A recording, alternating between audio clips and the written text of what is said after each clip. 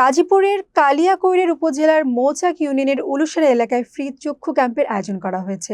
উপজেলা বিএনপির সাবেক সভাপতি ভিপি মোহাম্মদ হেলাল উদ্দিনের নির্দেশনা এবং বিএনপির সহযোগী সংগঠনের উদ্যোগে এই কর্মসূচি অনুষ্ঠিত হয়। শনিবার দিনব্যাপী উলুশারা এলাকায় এফপি ফুটওয়্যার গেটের সামনে আয়োজিত ক্যাম্পে অসহায় ও সাধারণ মানুষের বিনামূল্যে চোখ পরীক্ষা, পরামর্শ, চিকিৎসা সেবা প্রদান করা হয়। এতে বিভিন্ন শ্রেণী পেশার মানুষ অংশ নেন। অনুষ্ঠানে বিএনপি নেতা মুজিবুর রহমান, আব্দুল মান্নান, হুমায়ুন চৌধুরী, নূর মোহাম্মদ, মুজিবুর রহমান মজি সহ স্থানীয় গণ্যমান্য ব্যক্তিবর্গ উপস্থিত ছিলেন। আয়োজকরা জানান, সাধারণ মানুষের দোরগোড়ায় স্বাস্থ্যসেবা পৌঁছে দিতে ভবিষ্যতে এ ধরনের মানবিক কার্যক্রম অব্যাহত থাকবে।